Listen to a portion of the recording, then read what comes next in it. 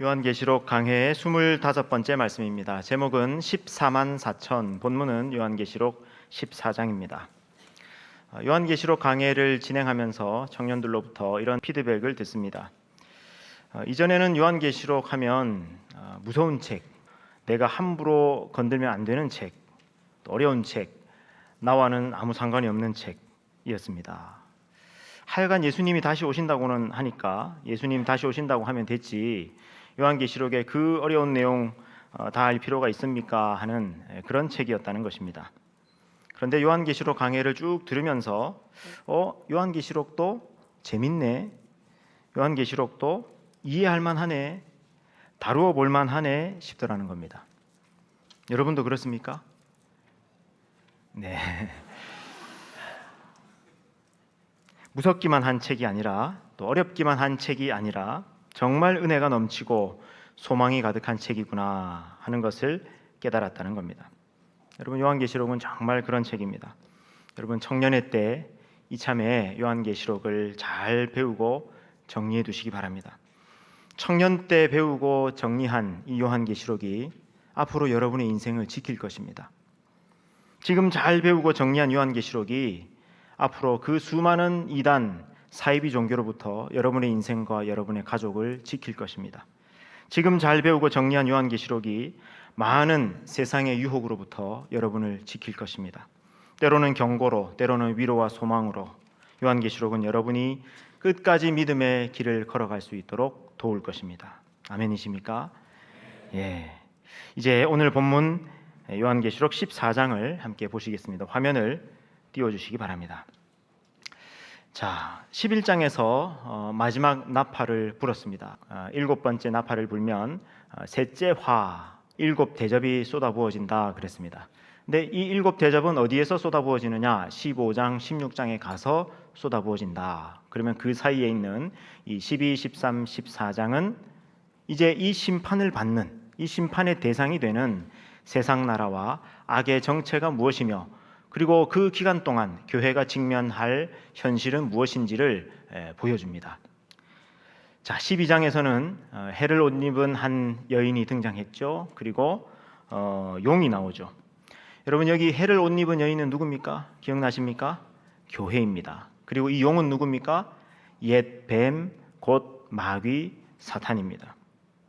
이 옛 뱀, 곧 마귀 사탄이 계속 교회를 괴롭히고 또 꾀고 박해하죠. 근데 예수님이 이 땅에 오셨을 때 이 용은 크게 패배를 당하고 쫓겨나게 됩니다.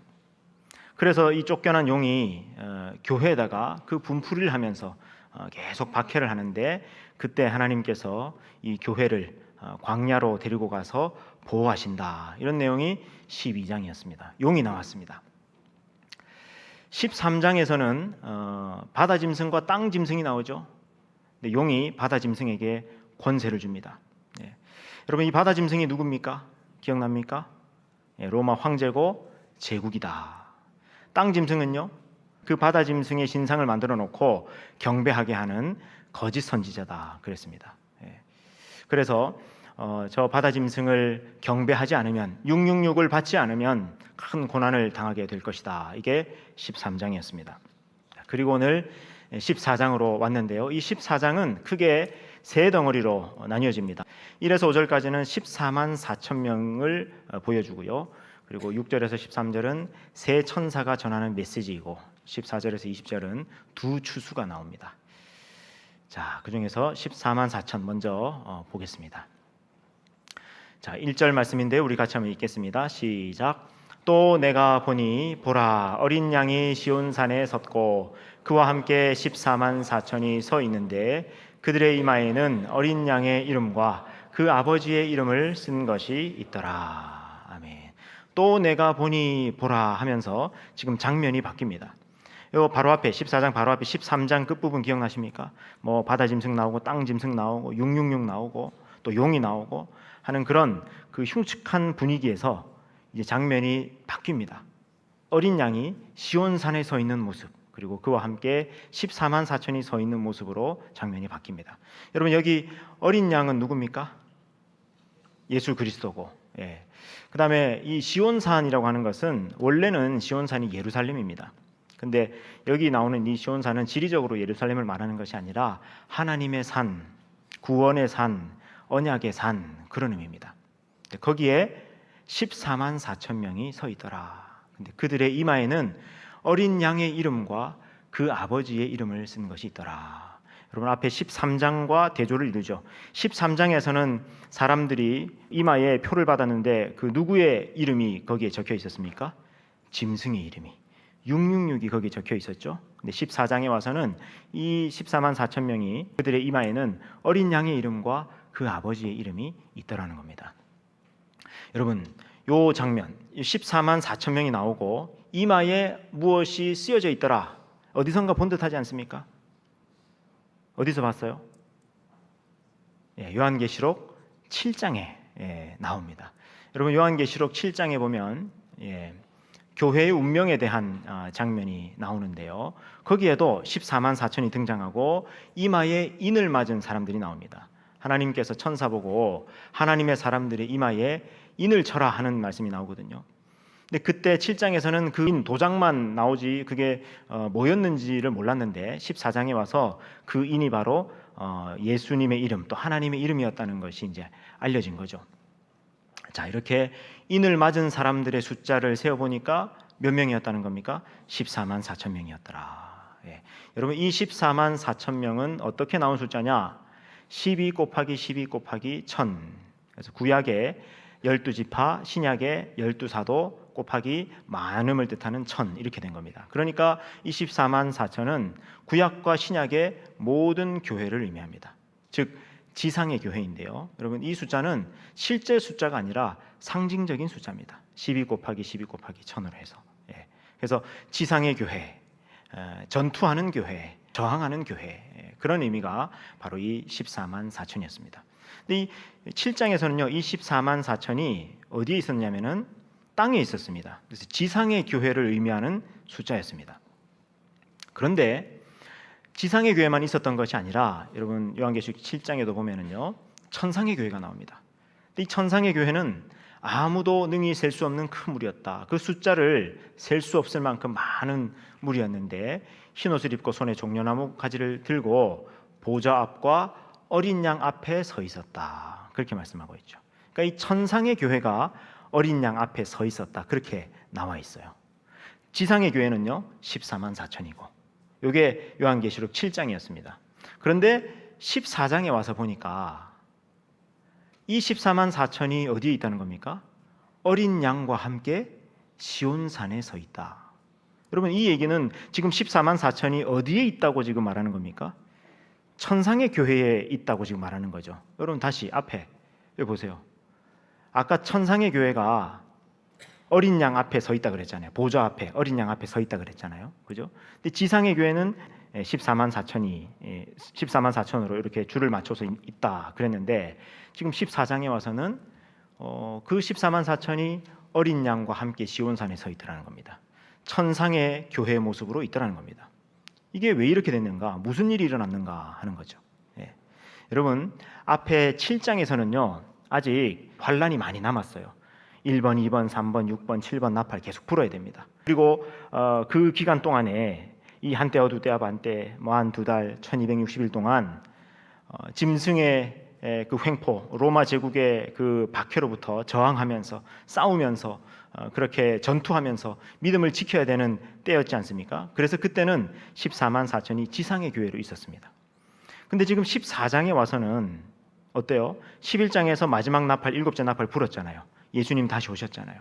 그리고 이제 마지막 7 대접만 쏟아부어지면 심판이 끝나잖아요. 그러니까 여기서는 지금 심판이 끝나는 시점인 거예요. 그러니까 여기에서는 그 땅에 있던 14만 4천의 결말이 뭐냐? 그 결말을 보여주면서 그 땅에 있던 14만 4천이 천상에 있는 교회와 지금 합쳐져 버린 겁니다. 그래서 이 14장에서는 14만 4천이 천상의 교회의 모습으로 그렇게 나와 있는 거예요. 자, 2절, 3절에 보니까 소리를 듣는데 내가 하늘에서 나는 소리를 들으니 많은 물소리와 같고 큰 우레소리와도 같다. 여러분, 많은 물소리 어떤 소리입니까? 폭포소리, 큰 폭포소리 같은 소리, 그 다음에 큰 우레소리, 천둥소리 같은 소리, 두 개가 약간 섞인 것 같은 그런 큰 소리가 나는데 그 소리가 마치 검은 곳 타는 자들이 검은 곳 타는 것 같은 음악 소리 같은 그런 소리로 들리더라는 겁니다. 3절에 보니까 그들이 보좌 앞과 네 생물과 장로들 앞에서 이 14만 4천이 어디에 있다고요? 보좌 앞과 네 생물과 장로들 앞에서. 여러분, 이 보좌, 네 생물, 장로들 어디에 나오던 장면입니까? 요한계시록 4장 5장에 천상의 예배 장면, 천상의 세계에 늘 등장했던 장면 아닙니까? 그들 앞에 있더라는 겁니다. 그리고 그 앞에서 새 노래를 부르니 땅에서 속량함을 받은 14만 4천밖에는 능히 이 노래를 배울 자가 없더라. 자, 여기 3절도 보세요. 땅에서 속량함을 받은 14만 4천이라고 그랬죠. 본래 14만 4천은 어디에 있는 교회라고요? 지상의 교회였잖아요. 근데 땅에서 속량함을 받았으니까, 땅에서 구원함을 받았으니까, 결말에 왔으니까 이제 24만 4천이 땅에 있는 것이 아니라 하늘에 보좌 앞에 시온산에 있더라는 겁니다. 자, 근데 그들이 새 노래를 부르는데요. 이 노래가 정확하게 무슨 노래인지는 모릅니다. 근데 보나마나 하나님을 찬양하는 노래겠죠. 하나님의 구원, 하나님의 통치, 하나님의 사랑을 찬양하는 노래일 겁니다. 근데 이 찬양을 14만 4천밖에는 능히 그 노래를 배울 자가 없더라. 여러분, 그렇습니다. 이 14만 4천 구원받은 하나님의 백성들 외에는 찬양을 배울 수도 부를 수도 없는 거예요. 여러분, 이게 쉬워 보여도 이게 쉬운 게 아닙니다. 여러분, 찬양을 부를 수 있다는 거요. 이게 우리가 예수님을 믿고 하나님의 자녀가 되고 하나님 백성이 되었기 때문에, 우리 안에 성령님이 계시기 때문에 우리가 너무나 자연스럽게 하나님을 찬양하고 그렇게 되는 것이지, 믿지 않는 사람들은요, 이 찬양을 배우고 노래하는 것이 이게 되는 게 아닙니다. 찬양은 성도의 특권이에요, 여러분. 그래서 여러분, 예배 때마다 여러분들이 받은 그 놀라운 특권, 이 세상에 그 누구도 할 수 없는 이 새 노래로 하나님을 찬양하는 찬양을 여러분 더 뜨겁게 많이 하시기를 바랍니다. 14만 4천밖에는 능히 이 노래를 배울 자가 없더라. 자, 그다음 이 사람들이 어떤 사람들인지를 이제 묘사합니다. 첫 번째로 여자와 더불어 더럽히지 아니하고 순결한 자더라. 이 14만 4천은 여자와 더불어 더럽히지 아니하고 순결한 자다. 무슨 뜻이냐? 우상 숭배하지 않고 순결한 자다, 그 말입니다. 요한계시록에서 늘 우상 숭배는 음행으로 그렇게 표현되거든요. 그래서 여자와 더불어 더럽히지 않고 순결한 자다라는 것은 우상 숭배하지 않은 자다, 그 말입니다. 어린 양이 어디로 인도하든지 따라가는 자며. 여러분, 어린 양이 어디로 인도하든지 따라가는 자며. 여러분, 일단 어린 양을 따라가는 거요, 이거 쉬운 게 아닙니다. 짐승을 따라가는 건 쉬워요. 황제를 따라가는 건 쉽습니다. 왜냐면요, 황제는요 멋있잖아요. 있어 보이잖아요. 그럴싸해 보이잖아요. 그러니까 사람들은 저마다 황제를 따라가고 싶은 욕망이 있습니다. 황제를 숭배하고 싶은 욕망이 있습니다. 근데 어린 양은요, 언뜻 보기에 어떻습니까? 세상 사람들이 보기에 힘이 있어 보입니까? 뭐가 있어 보입니까? 어린 양을 따르고 싶은 마음이 별로 없습니다. 근데 이 십자가에서 죽으시고 부활하신 어린 양 예수 그리스도를 따르는 자, 이 사람들이 14만 4천이라는 겁니다. 어린 양이 어디로 인도하든지, 그 길이 때로는 고난의 길이든지 좁은 길이든지 십자가의 길이든지 순교의 길이든지 상관없이 어린 양이 인도하는 대로 따라가는 자, 그 사람이 14만 4천 시온산에 서 있는 자라는 겁니다. 세 번째로 24만 4천은 어떤 사람이냐? 사람 가운데서 속량함을 받아서 처음 익은 열매로 하나님과 어린 양에게 속한 자들이니. 처음 익은 열매. 여러분이 많이 농사를 짓는데 이 열매가 많은 열매들이 있을 거 아닙니까? 그 가운데서 처음 익은 열매가 하나 발견이 됐어요. 그러면 그거는 무슨 얘기입니까? 이제 곧 다른 열매들도 다 있겠구나. 즉 이제 곧 추수가 시작되겠구나, 그 말이겠죠. 그러니까 추수의 시작을 알리는 그런 처음 익은 열매였다. 그리고 이들은 하나님과 어린 양에게 속한 자들이다. 짐승에게 속한 자가 아니라, 이 세상 나라에 속한 자들이 아니라 하나님과 어린 양에게 속한 자들이다. 여러분, 그래서 이마에 뭐가 적혀 있었다고요? 하나님의 이름과 예수 그리스도의 이름, 어린 양의 이름이 적혀 있었다. 이마에 이름이 적혀 있었다는 것은 소유와 보호를 의미합니다. 하나님께 속했다, 어린 양에게 속했다, 그 말입니다. 5절에 보니까 그들은 그 입에 거짓말이 없고 흠이 없는 자들이더라. 거짓말이 없고 흠이 없는 자들이더라. 여러분, 거짓말이 없고 흠이 없는 자들이 14만 4천이더랍니다. 그럼 이걸 보는 순간 나는 그 14만 4천에 들긴 글렀다, 이런 생각이 드는 사람이 있죠. 왜냐하면 여러분 거짓말 많이 하잖아요. 그리고 흠이 많잖아요, 여러분. 그런 의미로 여러분 여기 거짓말이 없고 흠이 없는 자를 뜻하는 것이 아닙니다. 여기 그 입에 거짓말이 없고 흠이 없는 자라는 말은 이들이 증인이다, 그 말입니다. 여러분, 이 14만 4천은, 이 성도들은, 하나님의 백성들은 증인이라는 겁니다. 증인에게 있어 제일 중요한 것이 뭡니까? 위증하지 않는 거예요. 사실대로 말하는 거, 진실을 말하는 겁니다. 그래서 그 입에 거짓말이 없고 흠이 없다, 이 말은 평생 동안 거짓말 하나도 안 하고 어떤 흠도 없다, 그 말이 아니고, 그러면 아무도 14만 4천 못 될 거예요. 그 말이 아니라 뭐라고요? 이들의 증언이 참되다, 그 말이에요. 이들의 증언이 뭐예요? 그리스도가 하나님이시다, 예수님만이 경배를 받으실 분이시다, 로마 황제는 신이 아니다, 그런 증언이 있죠. 그 증언이 참되다, 그 말이에요. 입에 거짓말이 없고 흠이 없는 자들. 자, 첫 번째 덩어리 끝났습니다. 이제 두 번째 덩어리 6절부터 13절, 여기에는 세 천사가 나와가지고 큰 메시지 세 개를 던지는데요. 먼저 첫 번째 천사를 보십시오.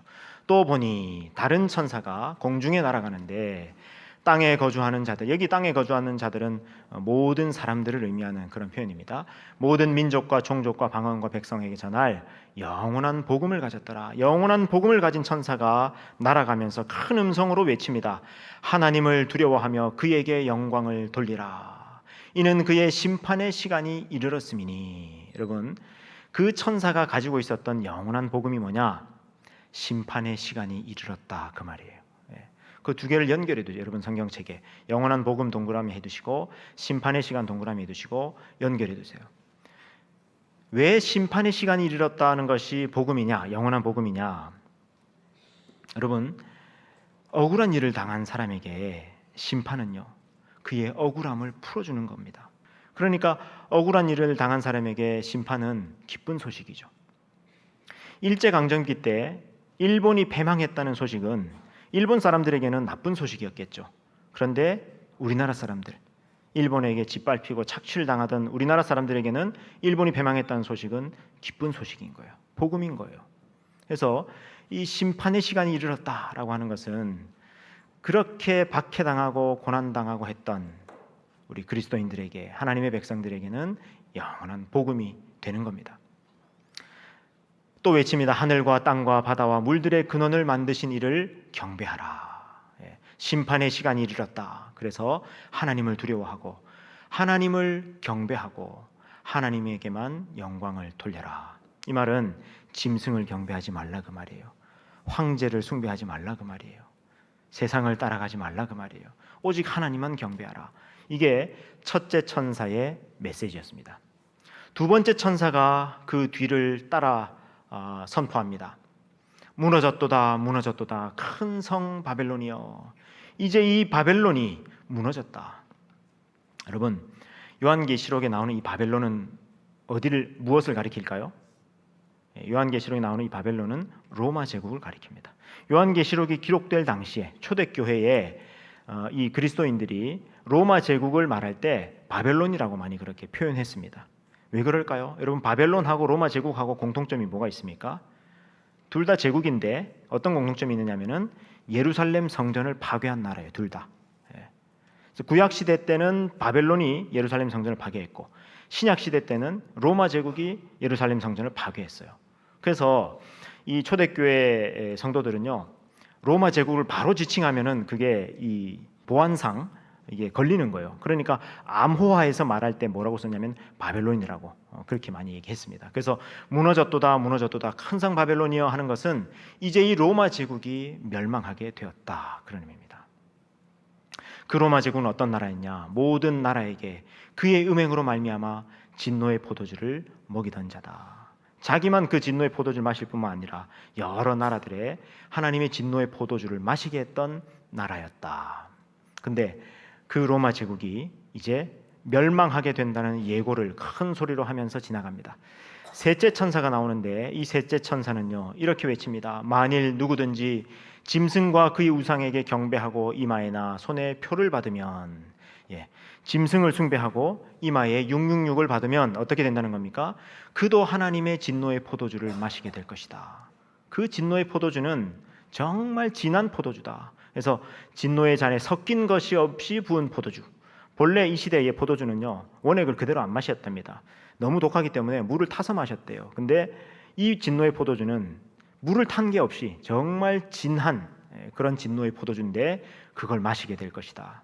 그리고 천사들 앞과 어린 양 앞에서 불과 유황으로 고난을 받게 될 것이다. 불과 유황으로 고난받게 될 것이라는 것은 최후의 심판, 즉 지옥에 떨어진다는 그런 의미입니다. 진노의 포도주를 마시게 될 것이고, 즉 7 대접의 심판을 받게 될 것이고, 또 마지막에는 불과 유황, 지옥불에 던져지게 될 것이다. 11절에 또 강조합니다. 짐승과 그의 우상에게 경배하고 그 이름의 표를 받는 자는 누구든지 밤낮 쉼을 얻지 못할 것이다. 진노의 포도주를 마시게 될 것이고 지옥불에 던져지게 되어서 영원토록 고통을 받으면서 밤낮 쉼을 얻지 못하게 될 것이다. 이게 셋째 천사가 전한 메시지였습니다. 그럼 여러분 첫째, 둘째, 셋째 천사가 전한 메시지 한번 기억나십니까? 한번 떠올려 볼까요? 첫째 천사의 메시지가 뭐였습니까? 영원한 복음을 가지고 있었는데 그 영원한 복음이 바로 심판이 이르렀다. 하나님만 경배하라 이거였죠. 두 번째 천사의 메시지는요. 무너졌도다 무너졌도다 큰 성 바벨론이여 로마의 멸망이 예고되었다. 로마의 멸망뿐만이 아니라 로마의 뒤에 나타나는 모든 제국들, 예수님이 다시 오실 때까지 이 세상에 존재하는 그 세상 나라, 짐승 같은 나라는 멸망하고 말 것이다. 그 메시지였고, 세 번째 메시지는 뭡니까? 짐승에게 경배하고 짐승의 표를 받으면 그도 심판을 받게 될 것이다. 이 메시지였습니다. 자, 그러므로 성도들의 인내가 여기에 있나니 그들은 하나님의 계명과 예수에 대한 믿음을 지키는 자니라. 끝까지 믿음을 지키고 짐승을 경배하지 말아야 한다. 13절 또 내가 들으니 하늘에서 음성이 나서 이르되 기록하라. 지금 이후로 주 안에서 죽는 자들은 복이 있도다. 주 안에서 죽는 것이 뭐겠습니까? 이게 순교죠. 순교. 주 안에서 죽는 것. 끝까지 믿음을 지키다가 짐승을 경배하지 않다가 죽으면 그 죽음은 복이 있다. 성령이 이르시되 성령께서 그렇습니다 하면서 그 말씀을 시인합니다. 그들이 수고를 그치고 쉬리니 이는 그들이 행한 일이 나름이라. 왜 주 안에서 죽는 자들, 박해에 저항하면서 끝까지 순교하는 자들, 그들의 죽음이 왜 복이냐? 수고를 그치고 쉴 것이기 때문이다. 왜냐하면 짐승의 표를 받은 사람은요 쉬지 못하거든요. 영원토록 고통받게 될 거거든요. 근데 순교로 죽음을 맞이한 사람들은 복이 있다. 순교뿐만이 아니라 우리는 지금 뭐 예수 믿는다고 우리를 죽이고 그렇게 하지 않지 않습니까? 이 세상을 살아가면서 끝까지 믿음을 지키고 죽음을 맞이한 사람, 그의 죽음은 복되다 그 말입니다. 자, 세 번째 덩어리 이제 14절부터 20절 여기에는 두 추수가 나옵니다. 두 추수. 자, 첫 번째 추수는요 14절부터 16절인데 곡식 추수의 장면입니다. 자, 14절 또 내가 보니 흰 구름이 있고 구름 위에 인자와 같은 이가 앉으셨는데 이분이 누굴까요? 흰 구름이 있고 그 구름 위에 인자 같은 분이 앉아 계신다. 누굴까요? 예수님. 어떻게 알았습니까? 느낌이 오죠? 왠지 예수님 같다. 요한계시록은 그렇게 보는 겁니다. 예수님이에요. 이게 다니엘서 7장 13절에 보면 나옵니다. 예수님이 앉으셨는데 머리에는 금 면류관을 쓰고 계시더랍니다. 예수님의 권세를 상징하죠. 그리고 손에는 추수할 때 쓰는 예리한 낫을 가졌더라. 15절에 또 다른 천사가 성전으로부터 나와 구름 위에 앉은 이를 향하여 큰 음성으로 외쳐 이릅니다. 천사가 성전에서 나와가지고 예수님 보고 외치는 겁니다. 뭐라고 외치느냐? 당신의 낫을 휘둘러 거두소서. 땅의 곡식이 다 익어 거둘 때가 이르렀음이니이다. 곡식을 추수하십시오 라고 지금 천사가 외칩니다. 그러자 16절에 구름 위에 앉으신 이 예수님이 낫을 땅에 휘두름에 곡식이 거두어졌다. 여러분, 여기에 지금 예수님 보고 지금 추수를 시작하십시오라는 것을 지금 천사가 얘기하잖아요. 근데 이 천사가 어디에서 나왔다고요? 성전에서 나왔다. 그러면 이 성전에서 나온 천사는 하나님의 말씀을 지금 전달하는 천사겠죠. 하나님이 지금 제가를 해 주셔야 곡식 추수가 시작된다 그 말이에요. 예수님이어도, 예수님이 직접 낫을 들고 있다고 하더라도 예수님 마음대로 그냥 추수를 시작할 수 있는 게 아니다 그 말입니다. 여러분, 예수님이 마지막 때에 대해서 이런 말씀하신 거 기억나십니까? 그 마지막 때는 아무도 모른다. 천사들도 모르고 아들도 모른다. 누구만 안다고요? 오직 아버지만 아신다. 그런 표현이 나오는데 정말 그렇죠.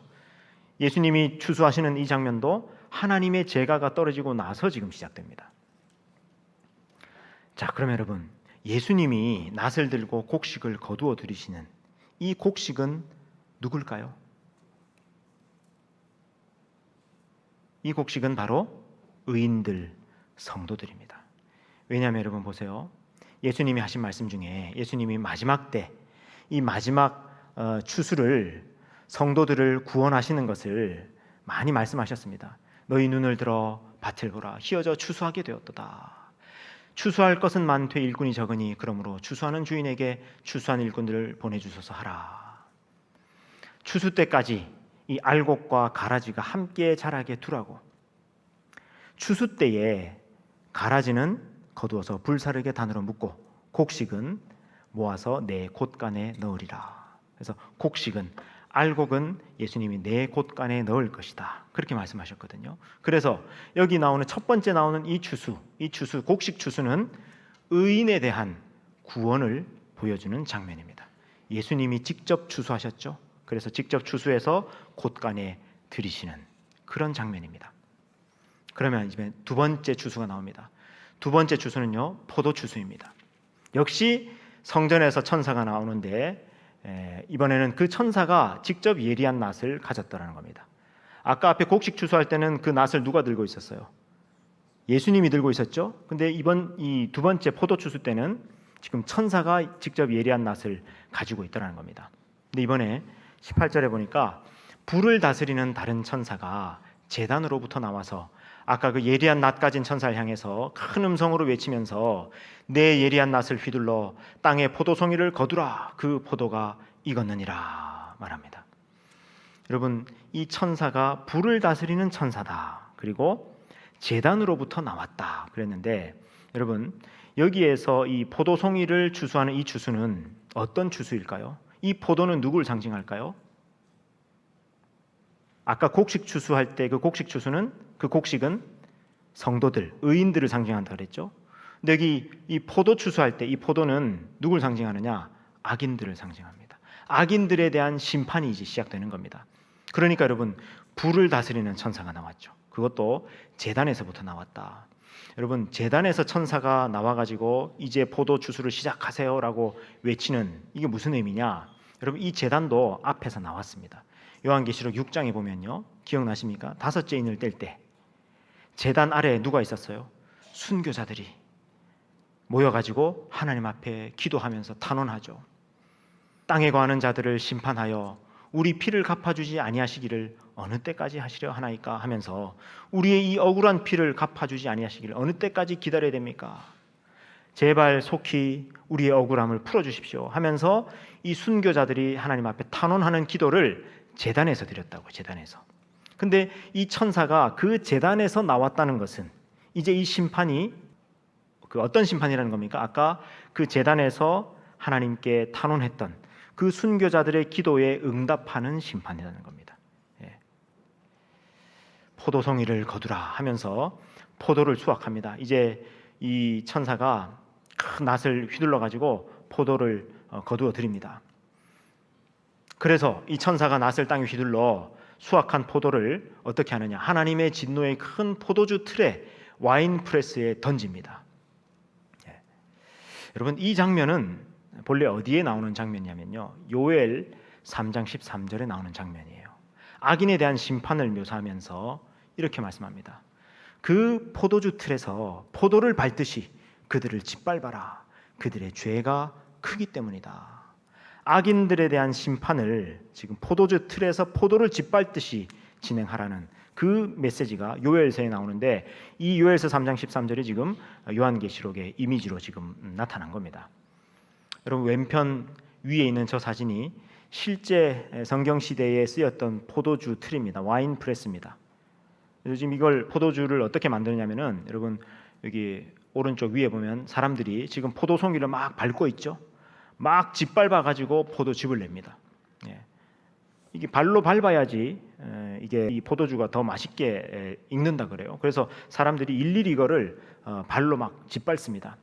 저렇게 발로 밟으면 어떻게 될까요? 포도 알이 막 터지면서 포도즙이, 시뻘건 포도즙이 이제 이렇게 흘러나오겠죠. 그러면 저기 그 포도즙을 모아둔 그 저장고가 있는데, 저기에서 이제 이 포도즙을 떠다가 숙성시켜서 포도주를 만드는 거예요. 이렇게 하듯이 저 포도주 틀에서 포도를 짓밟듯이 이 악인에 대한 심판이 이루어지게 될 것이다. 그래서 보세요. 20절 끝에 성 밖에서 그 틀이 밟히니, 틀에서 포도즙이 나오는 것이 아니라 뭐가 나온다고요? 피가 흘러나오는데, 그 피가 말굴레까지 닿았고 1600스타디온에 퍼졌다. 여러분, 말굴레가 뭐냐면은 말의 얼굴에 이렇게 씌우는 그런 가죽끈이거든요. 말 키만큼 그 피가 흘러나오는데 어디까지 가느냐? 1600스타디온까지 흘러가더라는 겁니다. 여러분, 1600스타디온은요, 요즘으로 계산하면은 300km 정도 됩니다. 높이는 말굴레 정도니까 한 2m 정도 되고, 거리는 300km 정도 되는 뭐가 흘러간다고? 지금 피의 강물이 흘러가더라는 거예요. 이 피는 누구의 피입니까? 악인의 심판으로 말미암은 피입니다. 그러니까 요한계시록 이 14장에서 지금 뭘 보여주냐? 이 악인에 대한 심판이, 이렇게 무시무시한 심판이 앞으로 이루어지게 될 것이다, 그 말입니다. 여러분, 요한계시록 14장은 이 세상의 결말을 보여줍니다. 그 결말이 어떻습니까? 극명한 대조를 이루지 않습니까? 어린 양을 따르는 사람들, 성도들, 의인들 14만 4천은요, 새 노래를 부르는 영광스러운 결말을 맞이합니다. 짐승의 표를 받은 악인들, 우상 숭배자들은 불과 유황으로 고통스러운 결말을 맞이합니다. 그리고 마지막 추수 때 두 추수가 나왔죠. 성도들, 의인들은 예수님이 직접 그 알곡을 곳간으로 거두어 들이십니다. 악인들은 천사에 의해서 포도주 틀에 던져지고 짓밟혀서 피가 강물처럼 흘러가게 될 것이다. 극명한 대조를 보여줍니다. 그래서 요한계시록 14장은 다시 한번 우리에게 질문합니다. 당신은 어느 편에 설 것인가? 당신은 어느 편에 설 것인가? 어린 양과 함께 시온산 14만 4천에 설 것인가? 짐승과 함께 불과 유황에 던져질 것인가? 짐승을 따를 것인가? 어린 양을 따를 것인가? 여러분, 사람들이 왜 짐승을 경배합니까? 왜 짐승을 따릅니까? 이 세상이 전부인 것 같거든요. 심판을 믿지 않아서 그렇습니다. 그래서 어떻게 해서든지 간에 이 땅에서 살아갈 때 자기 욕망을 최대치로 추구하는 것이 곧 성공하는 것 같거든요. 그게 잘 사는 것 같거든요. 그러나 요한계시록은 분명히 보여줍니다. 이 세상에 끝이 있다고, 심판이 있다고, 이 세상이 전부가 아니라고, 다음 세상이 있다고. 지금은 우리가 이 결말을 요한계시록이라는 글로 읽고 설교로 듣지만은, 언젠가 이 결말이 현실로 이루어지는 것을 우리가 다 보게 될 겁니다. 그러므로 여러분, 끝까지 믿음을 지키십시오. 오직 하나님만 경배하십시오. 어린 양만 경배하십시오. 세속의 유혹, 세속의 물결에 휩쓸려 가버리지 마십시오. 끝까지 우상 숭배하지 마십시오. 욕망을 숭배하지 마세요. 돈을 숭배하지 마세요. 힘을 숭배하지 마세요. 좁은 길이어도, 고난의 길이어도, 십자가의 길이어도 어린 양이 어디로 이끌든지 끝까지 어린 양을 따라가십시오. 그래서 마지막 날 14만 4천에 속해서 새 노래를 부르는 영광스러운 결말의 주인공들이 다 되시기를 우리 주님의 이름으로 축원합니다.